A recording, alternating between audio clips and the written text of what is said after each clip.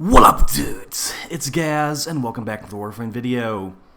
So, still feeling under the weather a little bit, so I'm going to be doing a little bit more of a low-effort video today, sorry. I actually do want to make a full loadout guide on this Khora support build, so we're just going to talk about it today. I don't really have any footage of the mission this is built around, but, let's talk about support Khora with the new Afentis Speargun, and how I'm using that to help my teammates get past the AoE ammo nerfs. Before we get into it though, make sure you're sub to the channel, all that. Make sure the live stream as well. I've been using this build a lot on the live stream, just I didn't have any clips for some reason, so I got some solo Steel Path survival gameplay. This build that we're going over today, support Khora, this is my go-to Khora build right now. It's really chill. It's also based around Steel Path Kuva survival fissures. So, specifically the one where you activate the Kuva tower, or you activate the life support tower, it becomes a Kuva tower, and you get Kuva from it. You're supposed to defend the Kuva tower. So this is based around defense, support, and DPS. So, support, defense, and DPS, basically the holy trinity of like MMO stuff. You can do it all on Khora, with the Afentis helping along the way. Cyanax's new weapon. So, let's get into it. So, this isn't going to be like a full overview on how to play Khora or anything like that. I have that video on the channel from a couple months ago when Khora Prime came out. But the general gist of it is basically all of our damage is coming from our Whip Claw first ability. Khora does not really need weapons to kill enemies, which is good because the Afentis, the Spear Gun, is terrible for damage. We're actually using it for utility here. So the way the Afentis works, the new Spear Gun, is basically, it's got a primary shot that is not good at damage at all, but it's got a secondary shot where you throw the spear out. So this is the Afentis, comes from, I think, rank 5 Calls Garrison.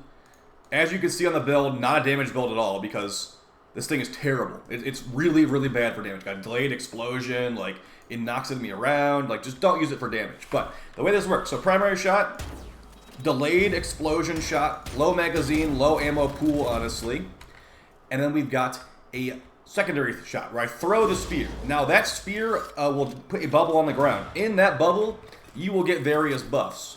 So for example, it will give weapons double ammo pools if you pick up ammo while you're in the Afentis bubble. So right here, my Pocket Brahma has 4 ammo normally. It can go all the way up to 8 shots in reserve.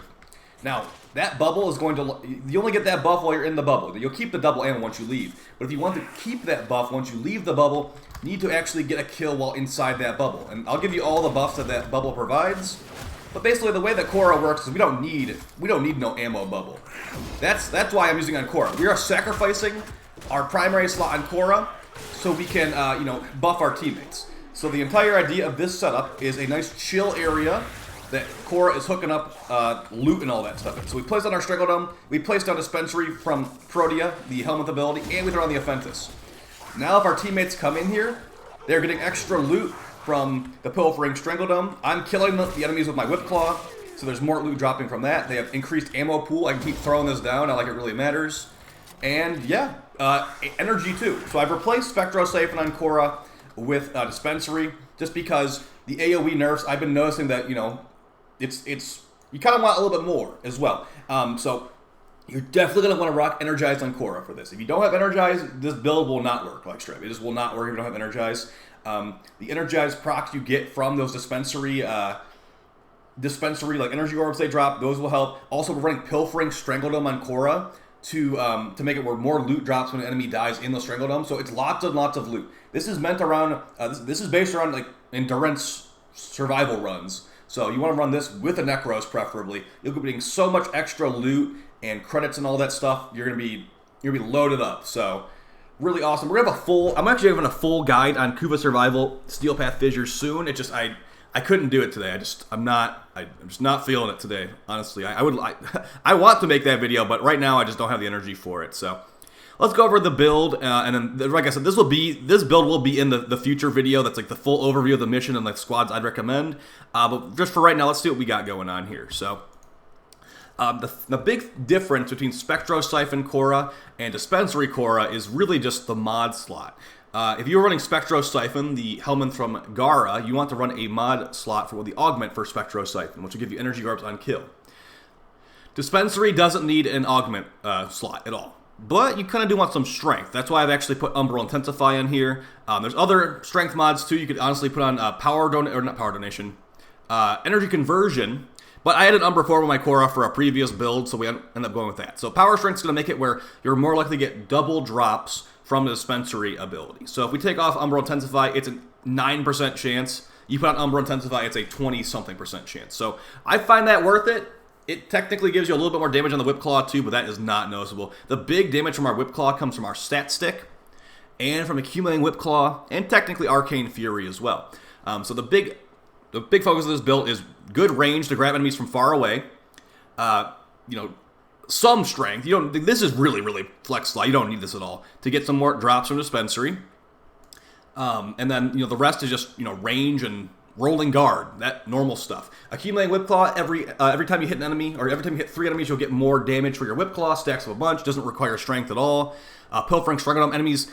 Dying in Strangledome have a 65% chance of dropping additional loot. Really good for your more energized procs. And then Arcane Fury on critical hit. Chance for increased melee damage for melee weapons. That does count for Khora's Whip Claw. So really good there. Brief Respite is also good. As far as the stat stick, we're running the Amphis. I've renamed it, but the reason the Amphis is the stat stick is because the Amphis has a very high Riven stat potential.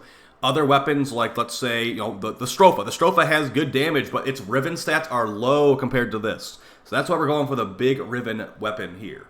It's a slash stat stick for bypassing enemy armor. Pretty good against most stuff. Not great against shields, to be fair, but yeah. So that's what I'm running here. Now, let's go over the Afentis specifically. Like I said, it's not a damage build, but let's go over what the Afentis does for you. I don't really think the Afentis is worth it at all, but I thought it was actually kind of cool on Khora specifically because I don't even use guns on her most of the time. So, when you throw this Afentis in that bubble, you are going to giving reload speed, fire rate, increased ammo, and reduced recoil. Oh, also, yeah, I already said fire rate. So, we tested this all on stream like the day the Afentis came out. It's about like 45-50% fire rate. The reload speed's a little bit harder to test, and the recoil also seems like 50% reduced recoil. So if you stack the Afentis bubble with like Deadhead or something like that, it should be entirely removed recoil. And then, of course, if your teammates are running Brahmas and Zars, when they come over to your Khora bubble, you're going to have the dispensary dropping ammo. You're going to have the Afentis bubble down. They're going to instantly get above their ammo pool if you're the support Khora homie. And, it works out because you don't even need to be using AoE on Khora. You could honestly just unequip the pistol slot, honestly. Just use the Afentis, throw the Afentis, and then just Whip Claw everything. So that's good. The energy is good. Khora CCing everything and killing everything is good too. So lots of good stuff here. And let's just go with some more synergy in here. So the fire rate buff from the Afentis is pretty nice. What can you use to benefit that? Well, as far as weapons that you can buff yourself with, I'm gonna usually just say you're not going to be buffing yourself with the Afentis, really. You're going to just take the L, you're going to buff your teammates. Let's say your teammates are rocking the Zar. They're like, man, the Zar got nerfed so bad, the ammo. It's annoying. Now, I'm not saying this is going to bypass the ammo nerfs on the Zar, but it will make it less annoying. I'm even thinking that this Afentis could potentially be in the new arbitration meta strat, where it's like, okay, Kuva Ogre's ammo is so bad, we're going to be running dispensary somewhere. So why don't you have one person on your team running this thing, giving the other 3 people the double ammo Ogress, and we're also running dispensary too. Maybe. It's kind of weird that they'd go with this big AoE ammo nerf thing, and then the same update they make a weapon that gives you double ammo for AoE. Doesn't that sound like a little bit mixed messages? I guess I'd call it You've reduced all the ammo by over 50%, but now you give me a new weapon that gives me 100% increased ammo for AoE. Okay. But as far as other synergy stuff, I got the Pocket Brahma on in the video, give me some more ammo for that. The Nell Prime actually has infinite ammo, but it really benefits highly from fire rate. So I've been actually enjoying the Nell Prime with the Afentis, giving me 50% increased fire rate for that. The reload speed and the recoil doesn't really matter, but it's technically a buff. Khora doesn't really need weapons, so let's try that out. Throw on the Afentis. Get the Nell Prime headshot. And, that's pretty much just normal Nell Prime stuff. But, that's some more fire rate that I wouldn't have had normally. So, if you get a kill while in the bubble, it's a 40-second, as you can see right there, 40 seconds of walking around with that buff. And, the Afentis is kind of cool. It's it looks cool, at least. If you throw at an enemy, it will pin them to a wall. But, you know, look, this is like the kind of damage with the build. You know, like it's bouncing enemies around, just annoying, just all around annoying. So I really wouldn't recommend it for damage. I wouldn't really recommend it in general. But if you want a fun little, like, you know, like utility playstyle, I'm sure it will be, you know, good in some very niche situations. But if the Afentis is doing that kind of damage, I'm going to be using the Whip Claw instead, personally. So, all right, guys, the full The Uncouth Survival will be out soon. I gotta get better. Actually, it's been really, really bad the last couple days. So I'm making sure I drink some water, and I'm making sure I just, you know, like, I might go to the doctor. So I'll see you guys next time. Appreciate it. Peace.